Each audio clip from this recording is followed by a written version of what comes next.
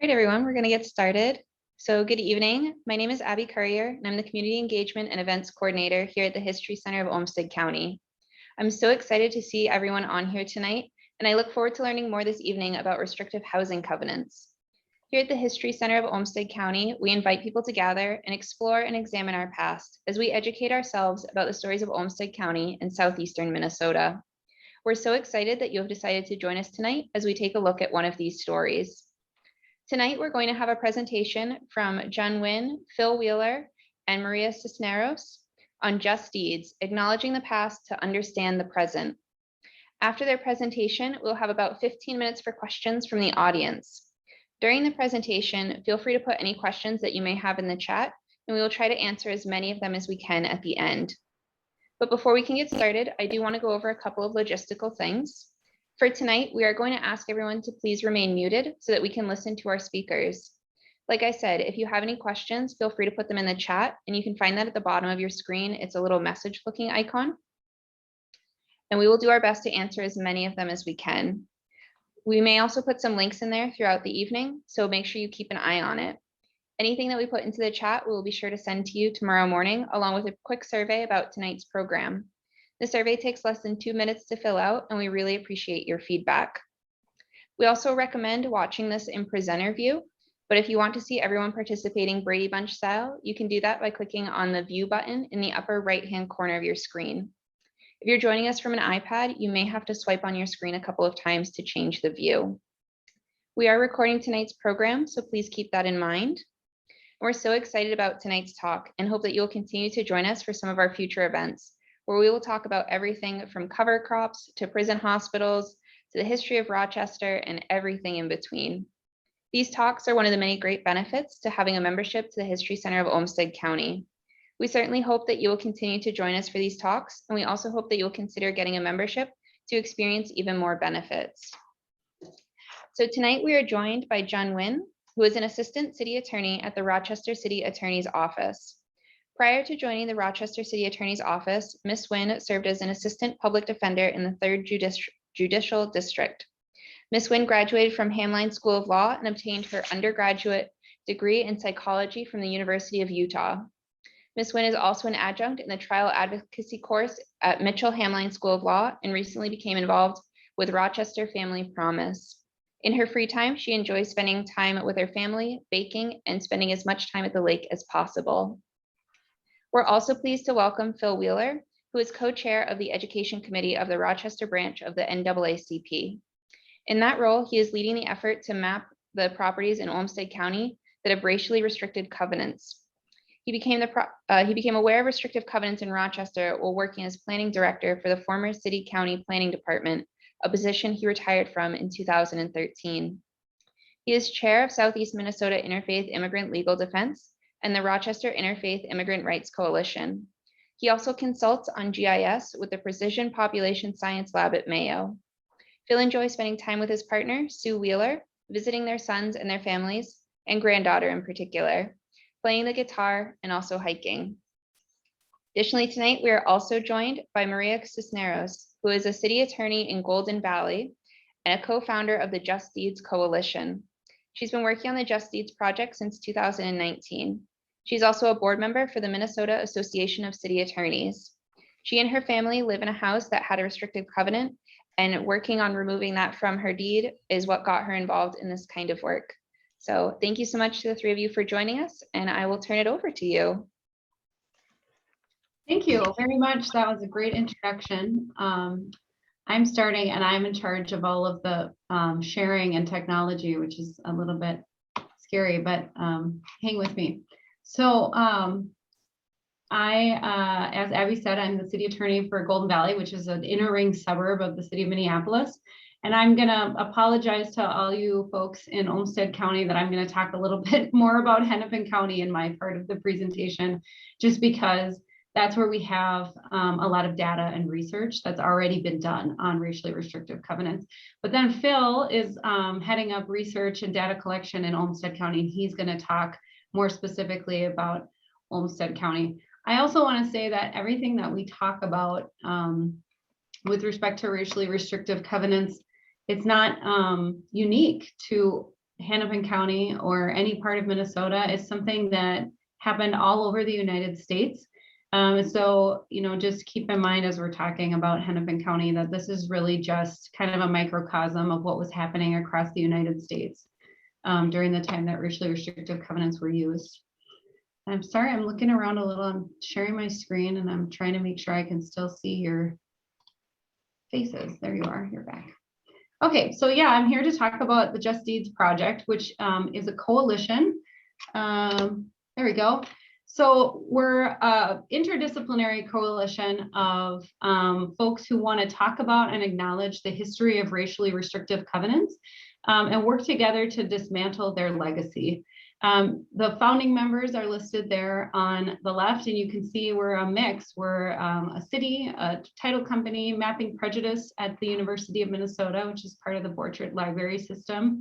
It has done a lot of great work mapping racially restrictive covenants in Hennepin County. We're going to talk a lot more about Mapping Prejudice and their great work. And then also Minneapolis area realtors and the City Attorneys Association. The realtors are a really important part of this work because we see a lot of the legacy of racially restrictive covenants are relevant to everyday work of realtors. And so they've been really great partners in this work and a really important perspective to this project. The project is running through the founding members, through volunteer organizations, volunteer individuals, and also through the participating cities. So right now we have 11 participating cities, including the city of Rochester. Rochester is our first non-Hennepin County city, so that's very exciting. And these cities, I'll share a little bit more about the details later about what the cities do, but the work of the cities is really a combination of helping people discharge covenants and also educating the public about racially restrictive covenants. So here is a little bit about the mission of Just Deeds. So our goal is to acknowledge the racist practices that established and perpetuated segregation in housing. And we want to be very honest about the role that our industries and our professions have played. And I think that's something that is a little difficult because it can sometimes be painful to confront these kinds of systems and understand, the reality of how you personally or the system that you have been working in or have felt like it's a good system all your life, to kind of acknowledge that it has some shortcomings. And so, but we think it's really important to acknowledge these things and to be very honest and open about that. And I'm going to do a little bit more of that from both the attorney perspective and the city perspective as we go through this presentation. So we think it's important to do this because we need to understand who benefited from this practice, who continues to benefit, and who has been harmed by it. And we need to do that so that we can figure out how to move forward. And so how are we doing that? We're doing it through a process called discharging the racially restrictive covenants. So in 2009, the Minnesota legislature passed a law that allows property owners to file a form with the county recorder's office to renounce the covenant. It doesn't make the covenant disappear from the property records, but it renounces the covenant and discharges it. And we also, so we help individuals do that. I went through the process, as Abby said, by myself, the month that the law passed. And I realized after doing it that it's not really a super simple process. So I thought, I know how to do this. I'm a lawyer. I can recruit some lawyer friends and maybe we can help other people do this. And that's kind of how we got started on this project through the City of Golden Valley's Human Rights Commission. And then the other prong of what we're doing is community education, because we think it's so important to talk about these things and to really acknowledge this history and for everybody to kind of interact with it on their own terms and understand it in their own way, how it affects their life, their profession, whatever the case may be. So I apologize for the shocking language on this slide, but this is what we're here to talk about tonight, discriminatory covenant. So, and we go back and forth kind of between racially restrictive and discriminatory. They're commonly called racially restrictive covenants because they were most often framed in terms of race, But especially in the earlier covenants, you also see them framed in terms of religion, specifically targeting the Jewish community. But a racially restrictive covenant is a contractual agreement between private parties that prohibits the purchase, lease, or occupation of a piece of property by a particular group. The covenant that you see on the screen is the covenant that was on my house. So when my husband is an immigrant to the United States, Afro-Latino. We have 4 beautiful mixed race kids. And when we were buying this house in Golden Valley, which is the city I work for, I found this covenant in our property records. And so I was very surprised. I grew up in the area and I knew about racially restrictive covenants, but I didn't really realize that they were very prevalent in the place that I lived and that they had played a large role in how the place that I live, how it looks today. And so, you know, I had this talk with my husband about this covenant. The first thing he asked, having been someone who didn't grow up in the United States, was, is this still enforceable? Can we buy this house? Which I don't think that's a unique perspective to not know whether this is enforceable or not. It's not enforceable, and they haven't been enforceable across the United States since 1968, the Fair Housing Act. In Minnesota, they were made unenforceable in 1953.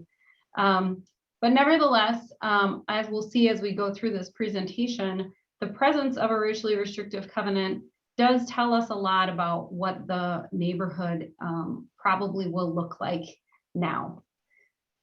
So I've been talking a lot. I'm going to stop talking. I'm going to do my best to elegantly stop sharing and reshare a short video with you about mapping prejudice. Just give me 1 second.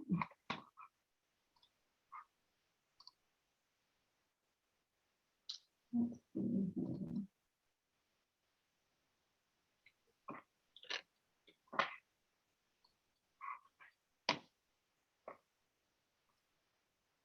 Oops.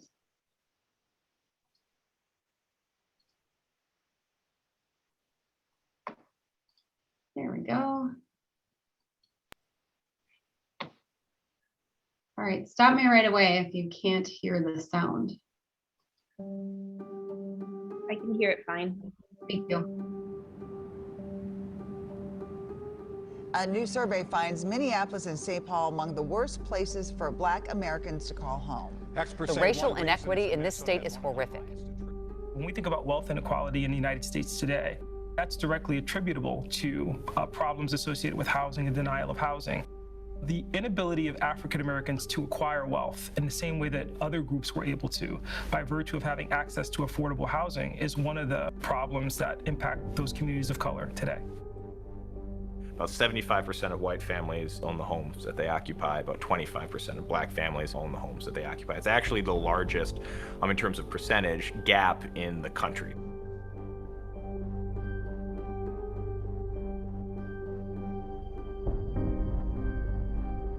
The major impediment to civil rights for African Americans' economic opportunity are these racially restrictive covenants, private contracts between individuals that allow them to dictate to whom they'll sell their property.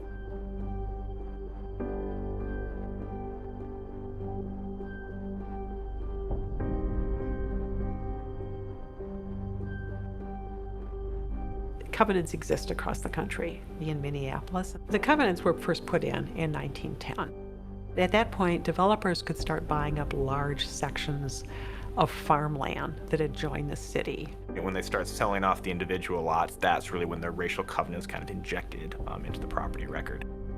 Racial covenants tells you who can or cannot live, lease, even occupy certain spaces. 100% of these covenants are aimed at African Americans.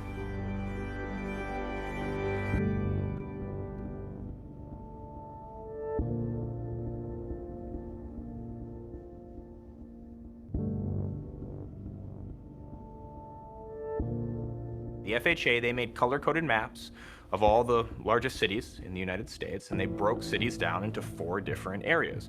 Red is considered hazardous, that's the worst. Yellow is considered definitely declining. blue is considered still desirable, and green is considered the best.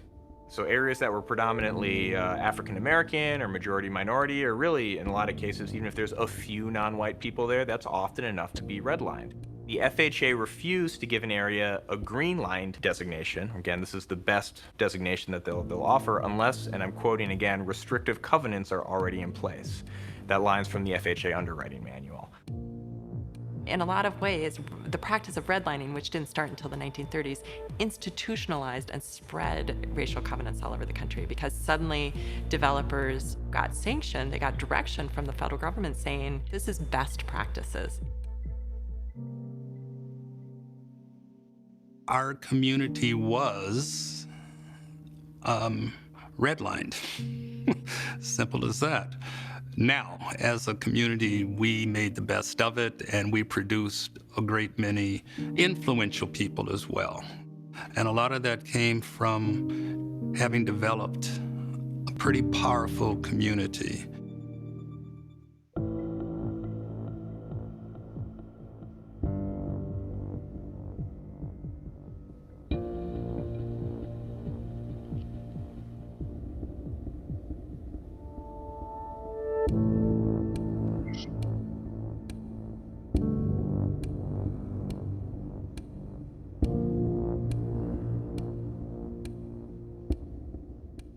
Fourth Avenue was now referred to as Crack Avenue. Up and down Fourth Avenue throughout the neighborhood, there were tough times. This very persistent myth that northern cities never had formal segregation. The South had Jim Crow, and look at those signs. Well, racial covenants did the work of Jim Crow in the North, all over the North. So even though covenants are now illegal, kind of this yawning chasm of wealth inequality that emerged as a result of covenants is still very much with us today.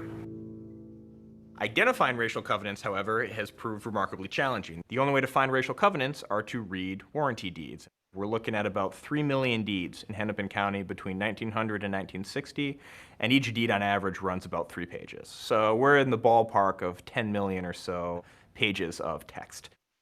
So what we're doing with Mapping Prejudice is we're using digital tools to help us identify the deeds that do contain racially restrictive covenants. We ask volunteers to help us transcribe them. And those answers I then export, and this actually gives me enough data to build the map.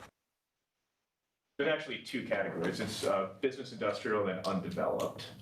With this data set that the Mapping Prejudice team has built, we asked the question, how have racial covenants affected present-day socioeconomic outcomes? And the results that we find are that covenants were a way to lift the house prices by keeping people of certain races and colors out.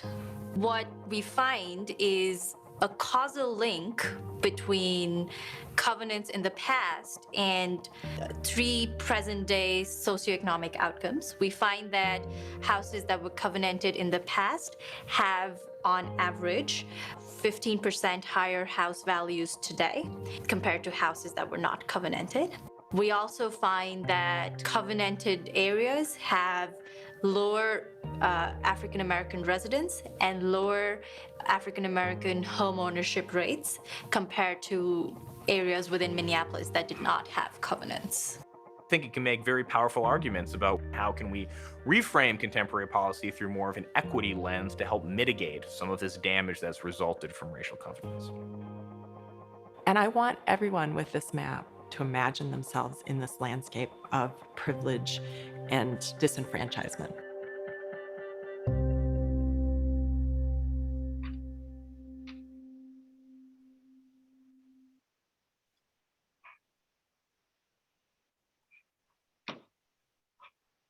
Okay.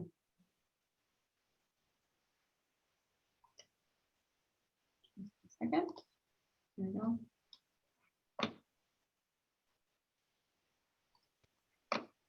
Back to my PowerPoint here.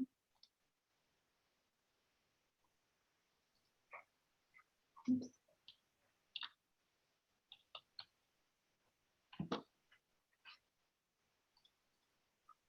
All right. So,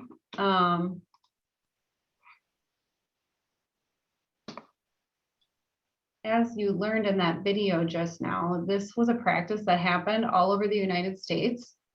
And this map shows you kind of the, maybe like the inverse of racially restrictive covenants, which is redlining. So redlining was, like you saw when the federal government drew these maps saying which properties that they would lend on. And this map on the slide here shows all of the places across the United States where redlining occurred. So you can see that it was very widespread. And in the places where redlining occurred, we also see racially restrictive covenants. And so you'll see in patterns that there will be an area, for example, that's redlined. And then around that redlined area, there will be racially restrictive covenants. And then those areas with racially restrictive covenants got this A best rating. But it happened all across the United States. So now I'm going to tell you, this is maybe the most boring part of the presentation, but Jen and I like it the best, the legal milestones. So I'll just go through real quick. But the takeaway that I want you to have from this slide is the speed at which these things are addressed in the society in which we live and the system that we live in. So racially restrictive covenants showed up in Hennepin County around 1910. The first covenant was dated in 1910 that Mapping Prejudice found.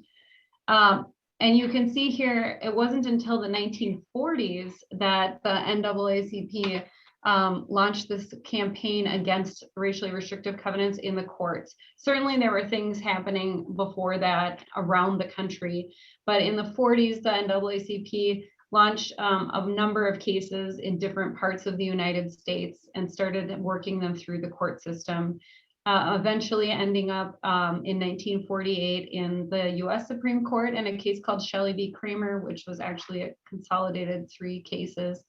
And in that case, the Supreme Court said that racially restrictive covenants are no longer enforceable by the courts. So, and that is not the same as racially restrictive covenants being illegal. So they basically were saying you can continue to write them, but we're not going to enforce them. And so what happened then? People just found other ways to enforce them. And so they would enforce them in a variety of ways, mostly by vigilantism, having mobs outside of people's houses and personal violence against families. And then we have kind of a gap in time here. The state of Minnesota, before they actually became illegal, the state of Minnesota was ahead of the game a little bit in terms of outlawing racially restrictive covenants. That happened here in Minnesota in 1953. And on the federal level, it didn't happen until 1968 with the Federal Fair Housing Act. And then in 2019, at the bottom there is when the Minnesota legislature passed a law allowing property owners to discharge racially restrictive covenants. So we get this question a lot, like why are we talking about this? Why does this matter today? This has been illegal in Minnesota since 1953. And discharging the covenant doesn't really do anything anyway. It's kind of symbolic. Like, why are we talking about this? I think what I'm going to roll into after this slide is a number of maps that show demographic and economic patterns that align very closely with racially restrictive covenant maps. And so we start to see patterns of investment and disinvestment in communities based on segregated housing patterns. This is very clear in the Minneapolis-St. Paul area, especially in the area that I live in. I live in Golden Valley, which is a suburb that neighbors North Minneapolis. North Minneapolis is one of the most diverse areas of the state in terms of people who live there. And Golden Valley is much less diverse than even our surrounding suburbs. We had a lot of racially restrictive covenants in Golden Valley. This was kind of during the heyday of development in our area. And as a result have ended up with a population that is artificially homogenous, artificially white. You can also see there were a lot of harms that have been perpetuated against people of color and particularly Black Minnesotans as a result of this practice. The language that's used in racially restrictive covenants varies over time as people's understanding, I know it's not really the right word, but understanding of race or the way that people described race changed over time, and those covenants kind of mirror that and show you the different words that people used over time. But it is noteworthy that 100% of the covenants that a mapping prejudice found in Hennepin County excluded Black Minnesotans. So the effects of that are pretty clear when you look, for example, at the homeownership rate and Black Minnesotans having the lowest homeownership rate in the state. And that has an impact on a generational impact on people's ability to build wealth. And so my family, for example, my grandparents were Irish and German and French, and came to Minnesota to occupy farmland that they received from the federal government that had been stolen from Native Americans. And so we're able to build some wealth through farming and through ownership of that land. And then different branches of the family moved off the farm and ended up some in Minneapolis. My grandfather grew up pretty poor in a suburb of Minneapolis and was the first in his family to get a college degree and the first in his family to purchase a home. And, you know, the story goes that he worked really hard. He made a lot of really good decisions and he pulled himself up by his bootstraps. And here we are. But what's missing in that story often when we tell it, and I think when I give this talk and talk to other people, I find that this is kind of a common theme with people's families. My grandfather did join the armed forces and he received the GI Bill. And so he did make a lot of good choices and he did try very hard and do well in school, but also he got government support to be able to go to school. And the Black soldiers that he served with did not get the GI Bill. And we know that that also was by design and it was a government policy. And then when he purchased his home in Golden Valley, which is about a mile from where I live, he got a VA loan as a result of his service. So again, a government help to help him build wealth.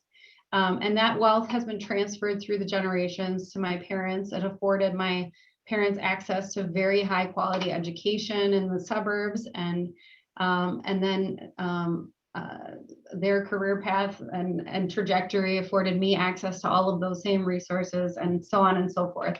And so, you know, recognizing that that was all achieved through hard work, dedication, and also government help, and that there were people at his same skill level, his same abilities who didn't receive that same help, and they're not in the same place now. They're generations later. That's a really important part of this story. Another reason we like to talk about this and why we think it matters to educate people on racially restrictive covenants is because it's a very clear example of structural or systemic racism, which I think is a word we've all started to hear over the last couple of years.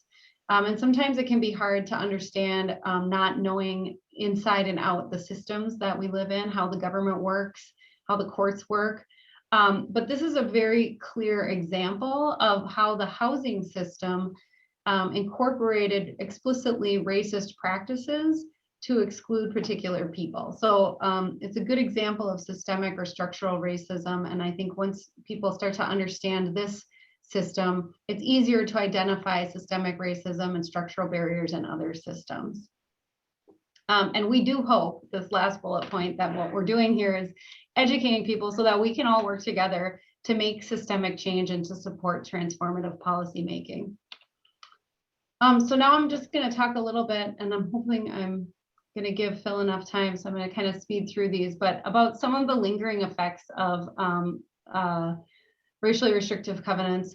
This one I've already alluded to. This is the homeownership rate by race in Minnesota from a website called Minnesota Compass. If you don't look at it a lot, I highly recommend it. There's a lot of really great information there. It's kind of more user-friendly version of the census data. But here you can see the blue line on the bottom is BIPOC, Black, Indigenous people of color home ownership rate in Minnesota, and how much lower it is than the red line, which is all of Minnesota, and the yellow line, which is white Minnesotans. And I said this in the video too. And this is one of the worst home ownership gaps in the country. We also see the lingering effects in current demographic patterns. So this is a map of the city of Minneapolis. And you can see, maybe this isn't a great example for you all because you're not as familiar with Minneapolis, but this map shows the green areas are the most diverse areas in the city, and the red areas are the least diverse. And if you overlay this with the map of racially restrictive covenants and redlining in Minneapolis, you will see that the red areas, the least diverse areas, are the places where there were racially restrictive covenants. And the green and yellow areas are the places that were redlined. And this data is from 2017, and racially restrictive covenants were outlawed in 1953. So just outlawing them has not broken these patterns. And then think about all the things you have access to based on where you live. And then if you go, and it'll be really interesting to see as you learn more about the history in Rochester and surrounding communities, to drive around the places that had racially restrictive covenants versus the places that were redlined, and start to understand the investment that did or did not take place in those places. And economic impacts are also really important, just kind of building on that last slide. So this is a map of sort of the Minneapolis side of the metro area.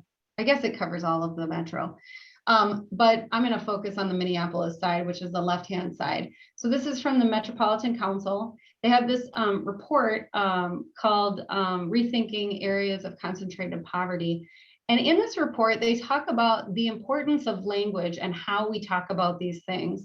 So the importance of not using what they call deficit-based language. And in thinking about, because deficit-based language makes it feel like what you're saying is the people who are suffering these injustices, or the people who are living in poverty, that it's their fault. And so that frames then the solutions that people are open to. So the Met Council has been thinking about, well, is that the right way to talk about these things? And they did a series of listening sessions for, I think, a whole year, and heard from community that's actually harmful to talk about us in that way. And they started thinking about what are other ways to think about this data and how we collect this data. And they realized we shouldn't only be studying areas of concentrated poverty, we should also be studying areas of concentrated wealth. Because we need to understand the decision-making processes that go into what are you going to invest and where are you going to invest it. So in this map, the areas of concentrated poverty are shown in purple, and the areas of concentrated affluence or concentrated wealth are shown in yellow.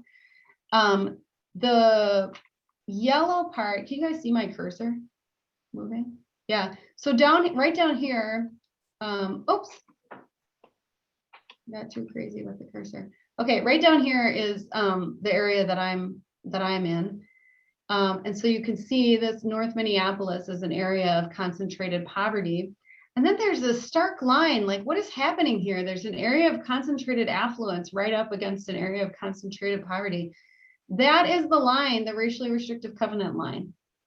It's just so stark. And it's a pattern you kind of see repeated. You see it over here, you see it down here, and it lines up with racially restrictive covenants. And you can think about how your community makes decisions, how your city council makes policy, and think in the public input process. And so we start to think about, well, how is government making these decisions about where to invest, and how is that related to who lives there? Another really lingering impact is health, because the way that government sets up communities with our planning processes and our infrastructure impacts people's health. And so you can see on this slide, I'm not an expert in this slide. This is one of my co-contributors who usually presents this slide. But there are a number of health impacts based on where you live, and they tend to be, you tend to have worse health outcomes in areas that were redlined and better health outcomes in areas that were that had racially restrictive covenants. And North Minneapolis again is a good example. There is a landfill in North Minneapolis and a recycling center. I mean, it's next to the river and in like prime real estate in the middle of the city, but that's where the planning decided to put it, and that was right next to the redlined area. Another big thing is green space. So if you go into the middle of North Minneapolis, you'll see a lot of concrete, a lot of blacktop, not a lot of open green space. One of the things I've heard recently is there was a tornado several years ago that went through North Minneapolis and took down a bunch of trees. And then the residents said, why didn't you replace our trees? We need the shade, we need the cover. So there are decisions that are made about green space and access to green space. And the big thing about the green space, not only healthy lifestyle and having gathering spaces, but also the temperature. The temperature is hotter if you don't have tree cover and if you don't have park space. Yeah, and then access to healthy foods and medical care. There are all sorts of maps you can overlay to dig deeper into these things, and I would encourage you to do that. Like food desert maps, those kinds of things. Infrastructure is another one, and it's another one that I think about a lot as a city person because it's so purposeful where we put our infrastructure. There's a lot of planning that goes into infrastructure. This is a map of highways, the highway system in the metro area. And you can see the green areas are areas of concentrated poverty, the dark green, and the light green are areas of concentrated poverty with over 50% residents of color. And then you can see the red lines, which are the highways, and how those highways cut through those areas where mostly residents of color live. And there's a really good documentary about the Rondo neighborhood that talks about this section of 94 between Minneapolis and St. Paul, and the process of ripping down and dividing a thriving African-American neighborhood to put the highway in, even though there were other routes that were possible, and the engineers, some of the engineers recommended the other routes over this route. So I think it's a TPT documentary, and maybe while Phil's presenting, I'll Google it and put it in the chat. And then I think this is my last slide, Phil, so get ready. But the other thing I think about a lot as a city attorney is connections to modern zoning, and our planning community in Minnesota and the training that happens at the Humphrey Institute on this topic is really great. So we have a lot of really good thinkers in the area of zoning about how racially restrictive covenants are related to modern planning and zoning. So this slide shows meeting minutes from the City of Golden Valley City Council. And these were some requirements that were put on the development of a residential neighborhood. You can see kind of at the bottom here, letter G, there's a racially restrictive covenant. And then, if you look through these other things, they're a little more mundane. It has to be at least this much. It has to have a garage, has to be a single family dwelling. So at the time that racially restrictive covenants first surfaced, most places in the United States, most cities did not have zoning codes. And so they would put what we now consider the zoning rules in these documents as private covenants. There was a time where they tried to do racially restrictive zoning, by the way, before all of this, and the US Supreme Court said, no, you can't do that. So then they started doing these private documents, and the private documents cover require racially restrictive covenants. They also require all of these other things. About the time that racially restrictive covenants started to decline and started to be attacked in the courts, cities transitioned to zoning codes. And so what they did is take the same flavor of what you see in this document as the private requirements and make that the city requirement through ordinance, leaving out the racially restrictive covenant.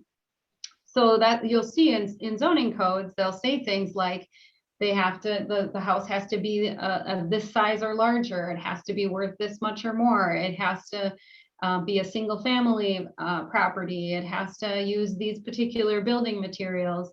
And so that the whole spirit of that is totally intertwined with the use of racially restrictive covenants and private covenants to restrict access.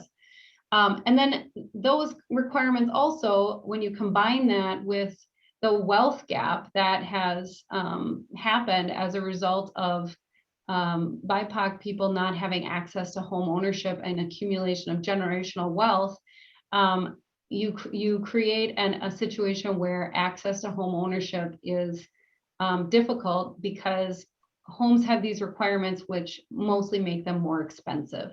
So if I am a city and we have a minimum lot size, then that means that you can't subdivide lots further in order to get housing to be more affordable, which then restricts the people who are able to purchase those lots, as one example. The same with building materials is maybe a more simple example. If you require people to use some expensive wood siding or whatever for a particular development, then you're only going to get people who can afford those building materials to be able to purchase and live in that area. That is all that I have for now. So I'm going to advance here, and Phil, whenever you need me to hit the next slide, just let me know.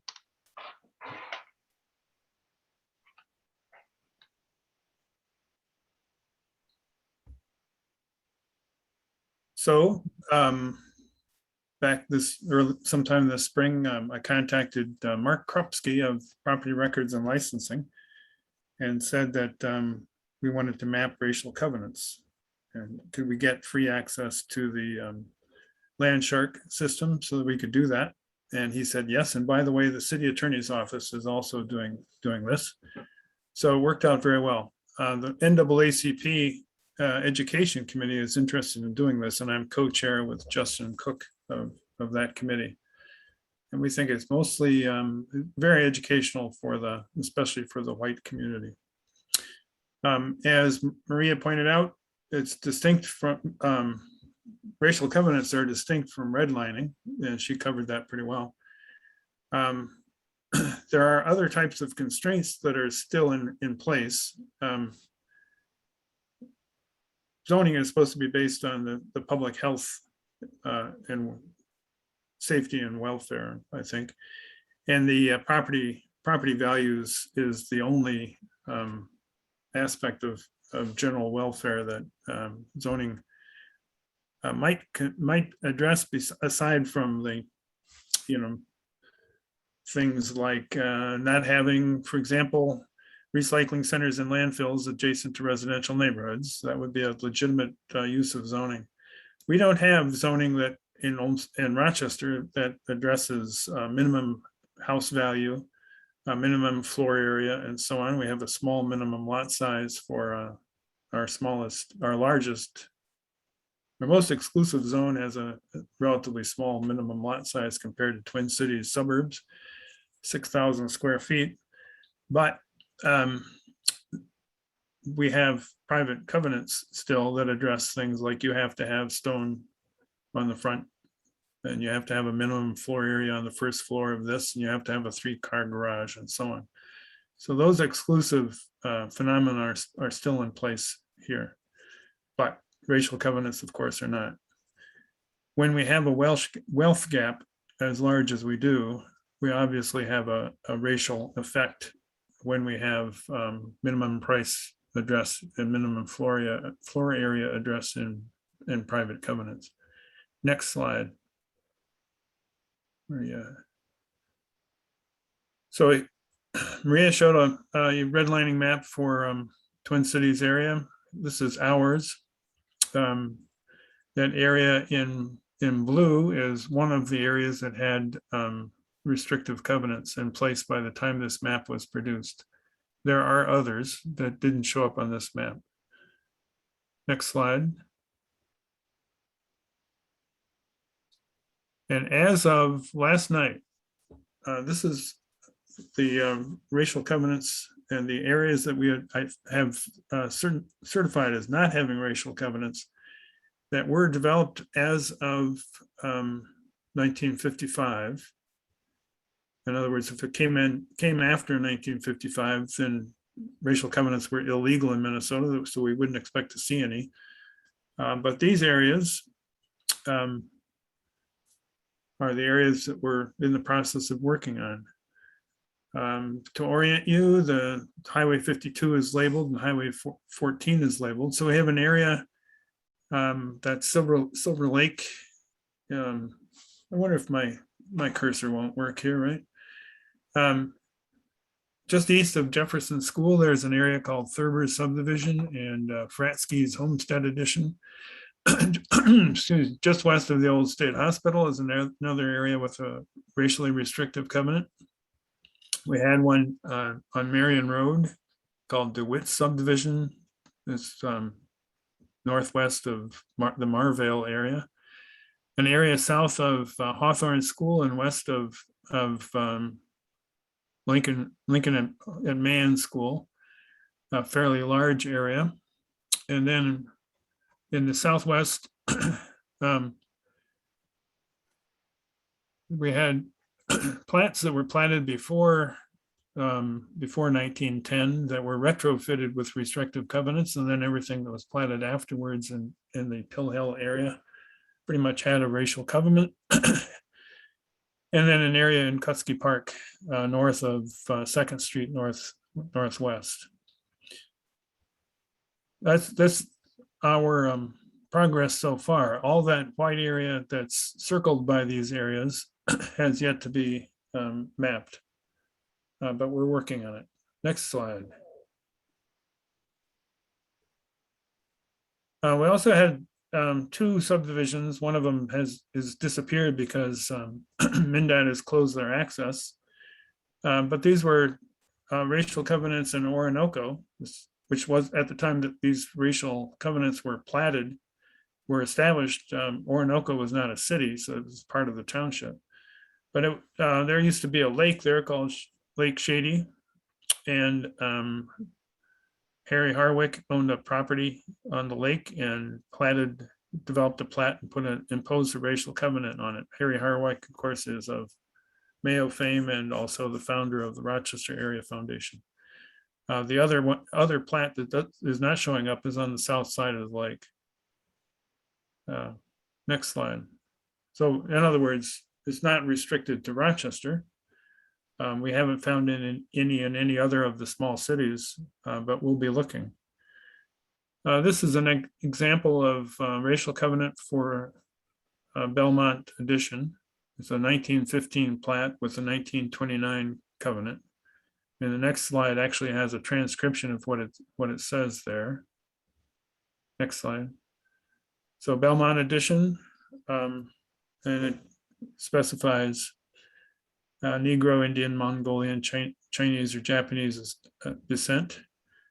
Belmont Slopes is where just north of the Plummer Building, Plummer Circle, and Plummer's replat is along 10th Street Southwest, west of 9th Avenue Southwest. And that's similar language, but simplified by just restricting to white or Caucasian. That's what happens in 9 years, I guess. Next slide shows, I think, the one on the left is the one that W.J. Mayo and Harry Harwick persuaded 90 of their neighbors to enter into for 2 old plats, Heather McMahon's, one of the early plats in Rochester, and Williams, Healy, and Cornforth's. And that has the similar language to the Belmont Addition. And then Thurber's First is the area east of Jefferson School.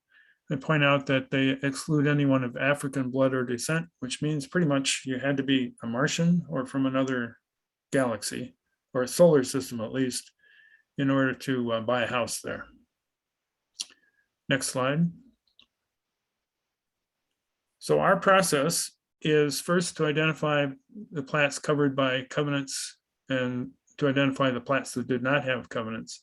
We're doing that in 2 phases. The first phase we're wrapping up pretty soon, I hope. And that covers the area, the time period between 1915 and 1955. Maria said at an earlier presentation that Hennepin County had a plat with a covenant as late as 1960. We're hoping that that's so rare that we don't have to go beyond 1955. Our second phase will be to cover all the plats that were done before 1915. That'll be harder, but luckily there are only 86 of those in our area. And the third phase is to look at areas that are outside conventional plats. So we have areas that have a different type of land subdivision. And we know that there are covenants that apply to those also. So that's going to be the hardest phase. We're in the middle of creating a GIS layer, geographic information system layer of the complete record. And I should point out that as part of my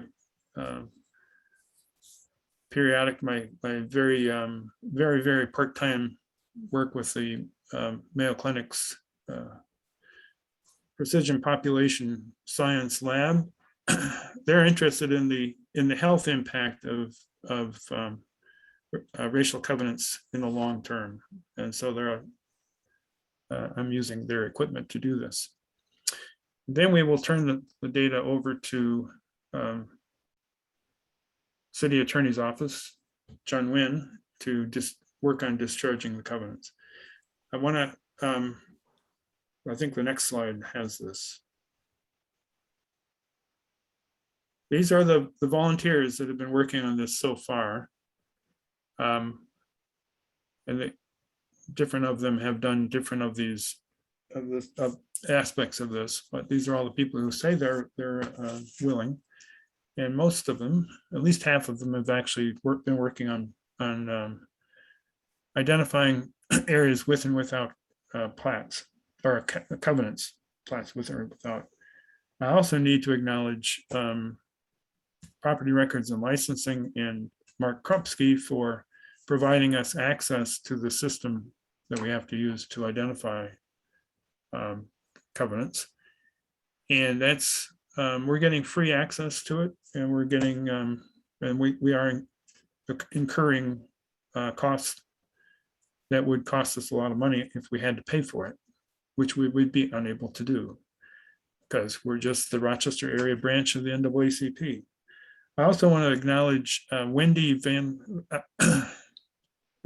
Wald of Property Records and Licensing, who has taught me and taught me well enough that I'm able more or less to teach others how to do this. And it's complicated. And so we needed her guidance quite a bit. I think that might be my last slide, but just in case it's not, let's go ahead. Yes, it is my last slide. Now I'm turning it over to John Wynn. Well, good evening, everyone. I'm excited to be here. So Maria and Phil have done a lot of the heavy lifting as far as the educational, historical part of why it is that we have Just Deeds in the coalition and what it is that we're trying to achieve. So my little bit of it is with the education, with that background, with Phil's and his team of volunteers efforts, what we get to the discharging of the covenants portion. So new to everyone today, just launched, is the City Attorney's Just Deeds website that you see in front of you. We do have an email. It is justdeeds@rochestermn.gov. That will be the general email. If you have any questions, it will go to me, and eventually it will go to hopefully our team of staff that can help answer any Just Deeds questions or racially restrictive questions that you may have. To be frank, Maria is probably going to get a lot of these forwarded emails. What you're seeing in front of you right now is the brand new Just Deeds site within the City of Rochester's website. So if you go to rochestermn.gov and you go to the government tab, and you will see all the departments and click onto the City Attorney's page, it will be Just Deeds will be housed within the City Attorney page. On the left-hand side, as you see there on the screen, you'll be able to click on Just Deeds.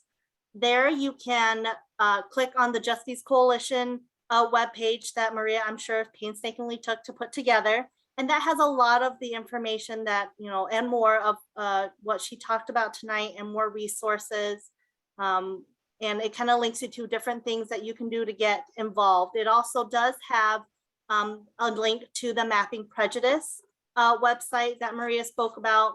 What I will say is I've spoken to Kirsten Delagard, who is the co-founder of Mapping Prejudice. She is very interested in the work that Olmsted County is doing.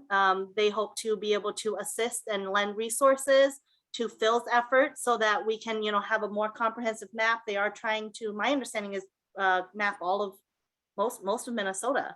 So the fact that Rochester and Olmsted is the first greater Minnesota community to join on board is great. The third link that you can click on is the resolution that City Council did pass back on March 22nd.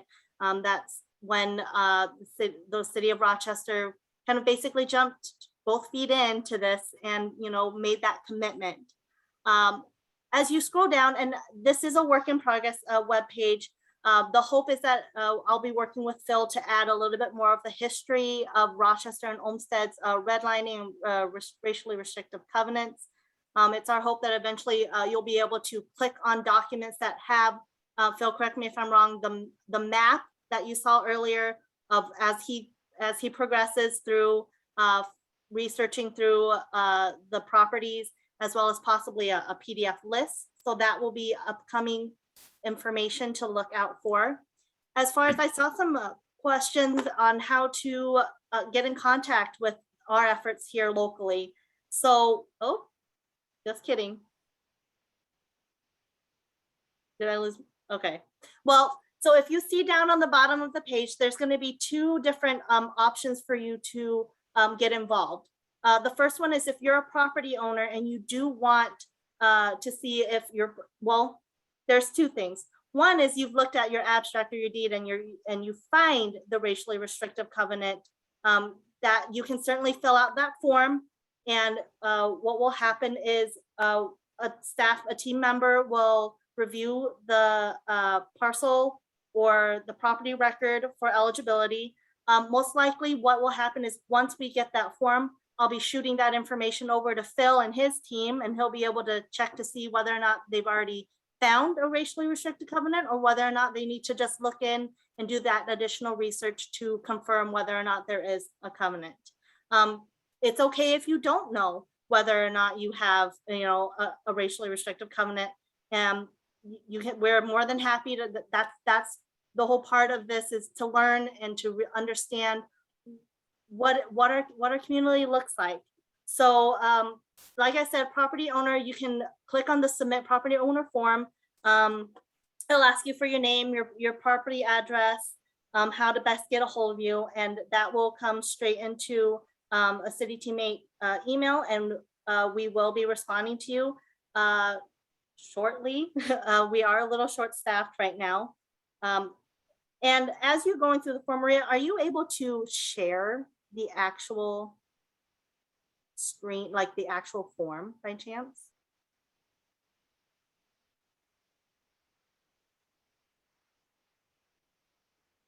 I just kind of wanted to show you what the form looks like. There will be additional questions that our attorney volunteers will ask, but that's basically the form that you'll be taken to. If there is any additional questions or comments, as you scroll down, there is a box for additional information. That's where you can sit there and tell us if you have additional owners on your property. As if we are to discharge paperwork, we need all property owners on board and get signatures. Or whether or not I believe that if you don't know whether or not you have a covenant, you can put that there. If you have found it, you can certainly put that information in there, and that will help expedite the process for our team. And then Maria, if you go out on the other widget, once you go back to the main page, if you would like to volunteer to help us with our efforts, we can always take more volunteers, and we are absolutely actively recruiting. Most community members, I believe, will be working with Phil on the research and mapping portion. And if you know of any attorneys or real estate or title professionals who are interested with helping, they will be the ones that are actually helping property owners with that discharge paperwork. So if you click down on the volunteer expert type, since we're all going to be expert at the end of the day with this, you'll be able to click through that. And again, we'll reach out to you. Your name will be added to a list. And if you are sent over to Phil's team, Phil, I'm assuming that you'll be the one contacting them. Yep, that's the way it's worked so far. In fact, we've had volunteers that were on your original list that have recruited other volunteers. So Wonderful, perfect. I'm glad to hear that. yeah. So once we'll go back to a little bit of the form, and you know, Rochester is in its infancy of doing the discharge paperwork. So I do lean a lot on Maria's expertise. Once a form is submitted and it's reviewed for eligibility, either we'll hear from Phil's team whether or not there's a restrictive covenant. You will, the property applicant, owner applicant, will receive one of probably 3 different kinds of emails or letters. The first one is if your property doesn't have a racially restrictive covenant, you'll receive the letter that says you're good to go, and there'll be other prompts on how you can continue the effort and help the cause. The other option is if there is a covenant that is found, then you will be you'll be connected to an attorney volunteer who will reach out to you and work with you through the process of discharging the covenant. It does take a little bit of paperwork. I don't believe it's too terribly difficult, but it does include, you know, the volunteer attorney talking you through some things. I believe at this point there are not any fees associated with discharge. Those are things that we do need to work on and make sure as far as recording fees. Maria, are you aware? I'm not aware. That's usually a county by county thing. And so we would probably want to talk to Olmsted County. So I will reach out to Olmsted County and see what the recording fees are, if any, and whether or not they're willing to waive that. I believe that Hennepin has waived it. Yeah, so you can use Hennepin as a really great example. I sure will. I've been talking to Ramsey County and saying Hennepin County, like Olmsted County, gave free access to all of the records and then waived the recording fees. Right. So that's the second option. The third option is that we need to look a little more deeper into whether or not the abstract or the Torrens, the deed. I'm still learning a lot about property records, whether it needs there needs to be a second look or there needs to be some more research done. So as you go through that process, basically the city, Rochester City Attorney's Office, our goal is to be that point person to connect community members with, volunteers that can help them through the process. And we'll be checking in periodically, helping update and educate our community. So that is my bit. I just wanted to add that based on my experience with Mark Krupski on property records, they'll be supportive of waiving the fees for recording the discharge document. But I don't it may have to go to the county board, I'm not sure. So we did have a bunch of questions come in throughout your presentation. So if you guys are okay with it, we're going to transition into the question portion. And so the first couple questions came in during Maria's session. The first one being, why did it take so long for Minnesota to pass legislation to discharge all the covenants? What does discharge entail? And is it more like a historical Control Alt Delete? So I don't know why it took so long. This is a phenomenon that has been popping up around the country, the discharge idea, and different places do it differently. But I do know that the process of getting that legislation going was influenced by the work of mapping prejudice, I think, and that's just one example of how knowing this history can start to change how we operate and what our systems are and what we can and can't do. But the process in Minnesota, so in some places, the discharge is it actually deletes or redacts the language. In Minnesota, that's not the case. And there was a debate at the legislature and consultation with a variety of groups the legislature decided that there's historical value in keeping that language in the property records, even though it's very hurtful and offensive. But that adding something to the record, which is the discharge, is a way to try to remedy that wrong and reclaim that title as a, make a statement about, what the status of that title is without removing the historical aspect, because we think we can learn a lot from this history. So it will not delete the language, but it will add something to the records that shows that the language was rejected, basically. So how do these covenants affect development of cities, especially by eminent domain? Has that correlation been charted, or? I don't have a great answer to that. I don't know if Phil has any ideas. And I think it might be different in outstate Minnesota than in the metro. We're actually kind of unique in the country as a metro area that we have so many small cities in the metro, like places like Houston, they just annex the next town over and it all becomes part of Houston.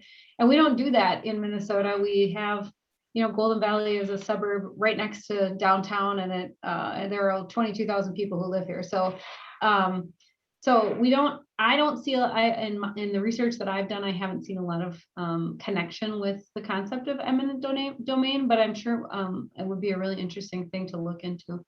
Well, don't you think, that the MnDOT used eminent domain to acquire the property for Interstate 94? And they chose, instead of going along the railroad tracks along the river, which was one of their options, they chose to go through the Rondo neighborhood because they considered that neighborhood was blighted, I guess. Blighted because it was a thriving African-American community. So I think there's a connection.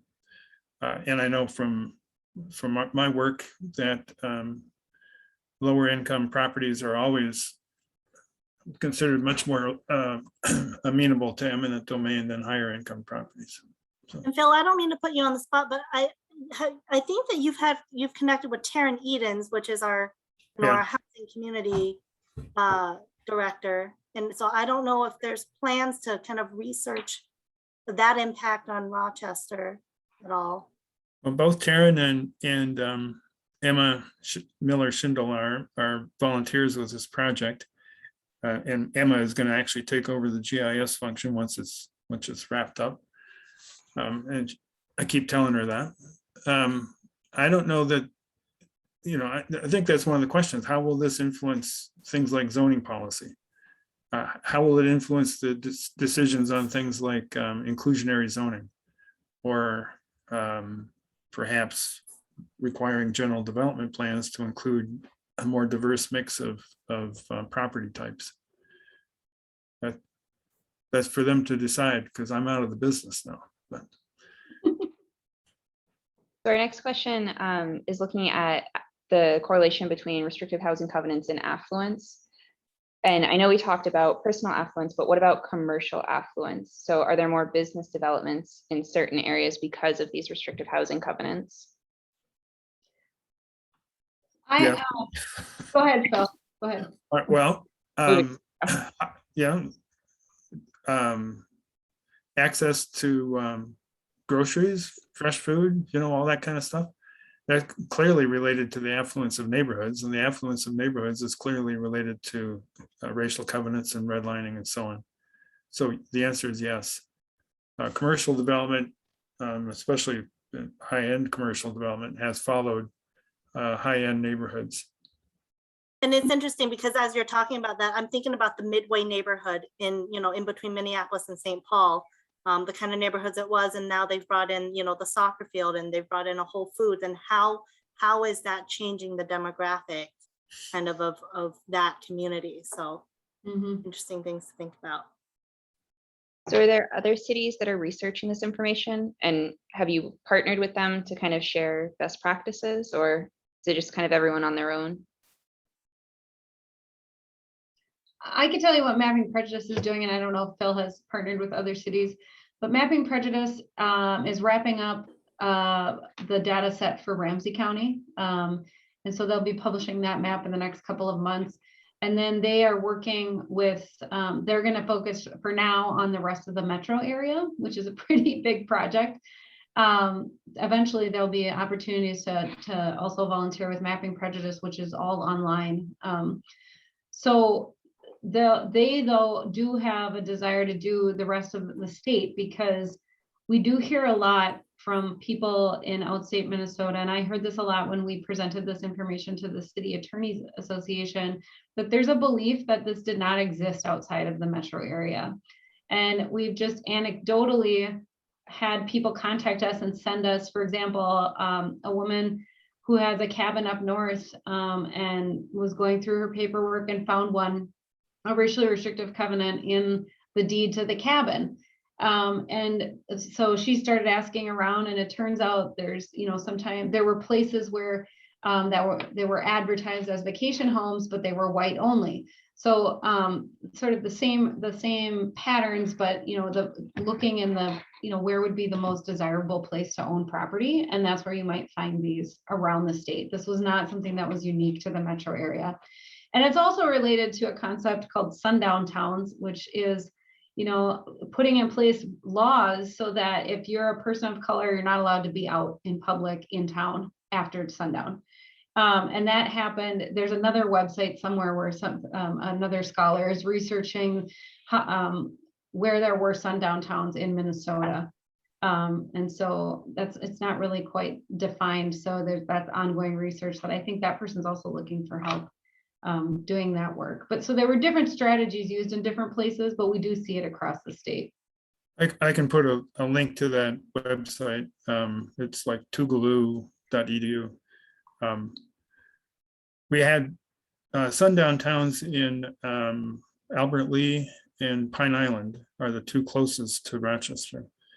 The question of what links we have to the rest of other cities, this project's focused on Olmsted County.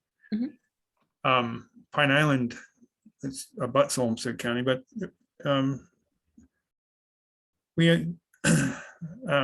we suspect there may have been not only racial covenants, but also sundown town type approaches in rural areas around here. And Maria is absolutely correct. I think it's a function of denial more than anything else to allege that this was not a phenomenon here.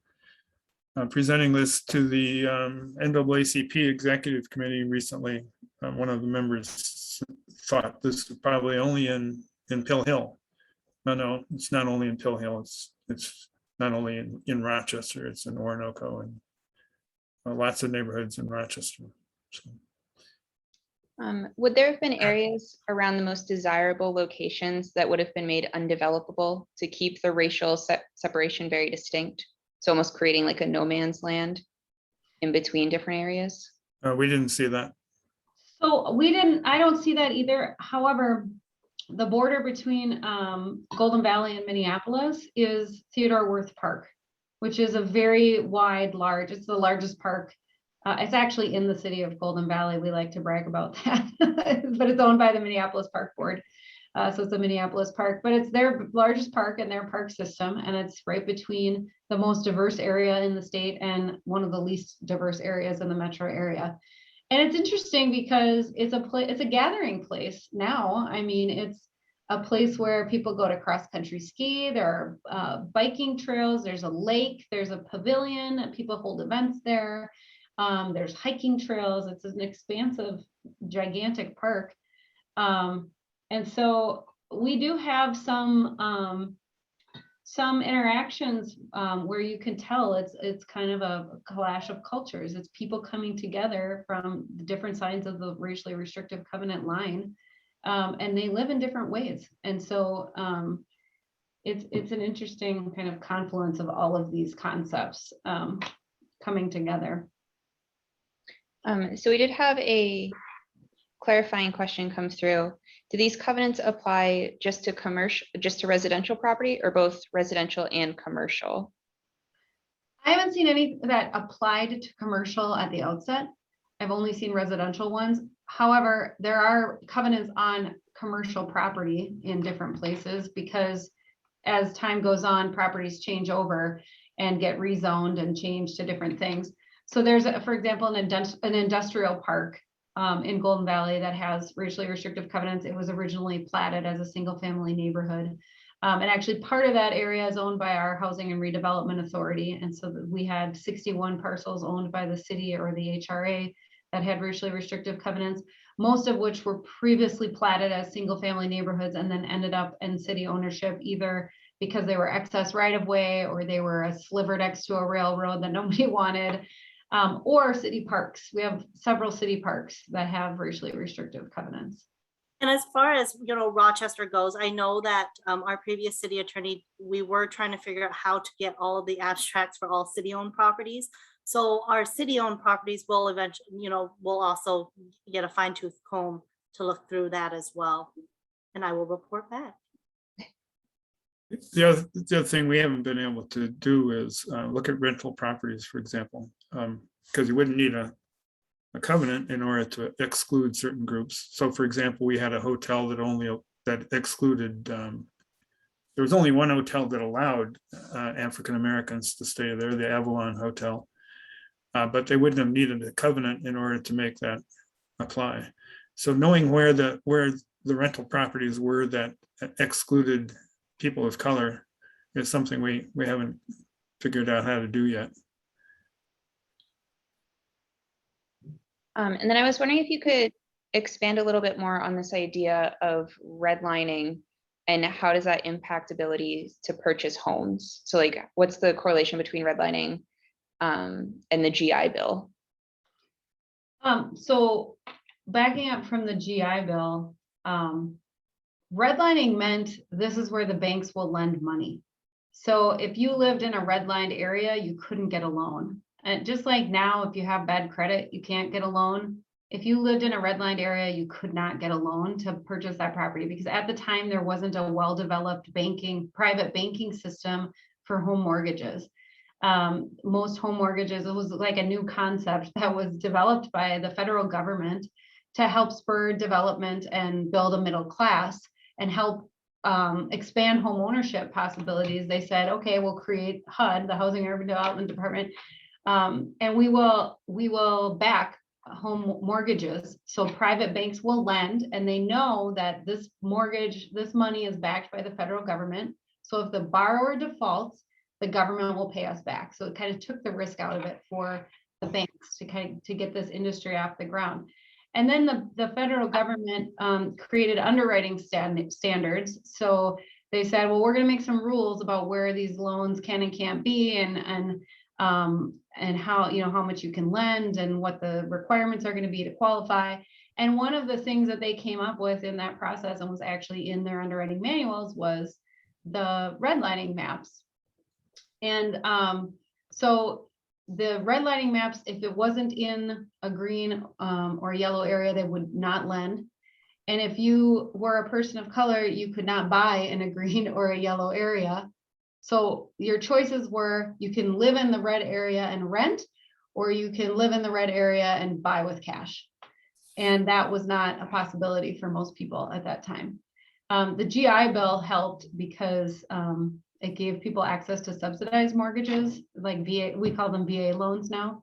And as a part of the service that they gave through the military.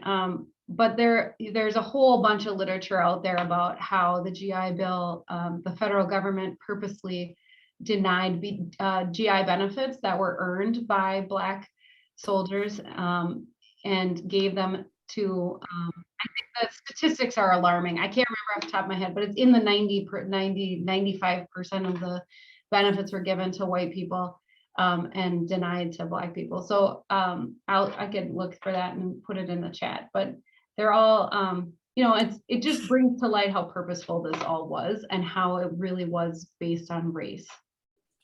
Yeah, there's a really great book that I don't remember the title of, about real estate practices in Chicago in the 60s. And what they did was basically deny mortgages to people of color and sell them houses by contract for deed. And then inevitably the contract for deed would be, you know, the price would change and that the owner would take over the seller would take over the property again. All of that investment would have been lost. and then the seller would find somebody else to fall victim to this. I also want to point out that in the 2008 housing crash, about 60% of the people who got subprime mortgages qualified for conventional mortgages, but were not taken down that path. And many of those were first-time home buyers, of course, and many of those first-time home buyers were people of color. Finally, back in the old days in my previous job, I noticed a huge disparity in home ownership even after we accounted for income. So at the time, like 95% of white people with family incomes of 50,000 or more were homeowners. It was half that or less for people of color. And I didn't know what the explanation was, but now I do. It's wealth accumulation. If you're denied wealth accumulation, it's a generational issue. One other concept to think about when we think about lending is the concept of predatory inclusion. I was reading Race for Profit. It's a very dense book, probably only a small segment of the population can stand it. I had to listen to it, but it talked about how the FHA, the Federal Fair Housing Act, had a lot of ideas to try to build private-public partnerships to increase home ownership and to help people of color purchase property and take part in this market and accumulate wealth. But the way that it happened was very predatory because there was so little risk for the private companies. The government would back everything. And the private companies figured out if we churn these properties, if they turn over more often, we make more money because we get fees when somebody signs up for the mortgage, and we get closing fees for originating this loan, and then people live there and they pay the whole time. Really, one of the problems was the housing quality, and so people would purchase kind of at the limit of their means, and then the property would be in disrepair and they wouldn't have the means to repair it. And then they would end up behind in their payments because they're trying to fix the roof, and then the house would get foreclosed on, and the bank would recoup all of their investment from the federal government through the FHA, and then they would start again. And so they realized the faster we can churn these properties, the more money and fees we can make. And that's why, before I was a lawyer, I worked in mortgages, and nobody wanted to get an FHA loan because you have to get a property inspection, and if there's peeling paint, you have to paint over it and all these things. And it seemed really annoying at the time. But then learning about this history, I realized that that's why that requirement is in place, because the FHA realized at some point, well, we got to now have rules about the quality of the property because that's causing all these people to lose their homes. And as Phil points out, that pattern of predatory inclusion persists, and we saw that in the crash of 2008. Great. I think we have time for one more question. So if the panelists could reflect on this idea of, is it an important distinction regarding wealth acquisition? If BIPOCs weren't allowed to buy commercial property either, then acquiring wealth that way to develop their communities, does that change the situation? If you can maybe not live in that area, but you can buy commercial property, how does that impact things? Does that make sense? I don't know the answer to whether people could buy commercial property if they had covenants or not. I didn't see any that started out as commercial property that had covenants. But if you think about the social dynamics of the time, think about whether in a whites only space that was explicitly only for white people in these property deeds, whether you can imagine an African-American business person establishing a business in that area and being successful. I mean, I think the attitudes at the time that created racially restrictive covenants probably were such that it would be very difficult to have a successful business. And then the other thing we see around people accumulating wealth and building businesses within their own communities. I mean, the movie, the little clip alluded to this. You especially during that, this was like before big box stores, right? So people had smaller businesses embedded in their communities, and it was part of the social fabric of the community, and that helped the owners of the businesses be successful to be embedded in their community. And so by creating a system where the people that live there couldn't invest in home ownership and couldn't have the stability that home ownership brings, and then that we're also susceptible to underinvestment by systemic underinvestment by government, that created a place where it was very hard also to be commercially successful for people in those neighborhoods. Right, because I'm thinking of like Little Italy or, you know, like Chinatowns and those communities as they grow. And, you know, there's a lot of other social economic implications, such as, you know, people being able to have transportation to go to work or to go to those other communities. So I think that definitely impacts too how the communities develop and grow.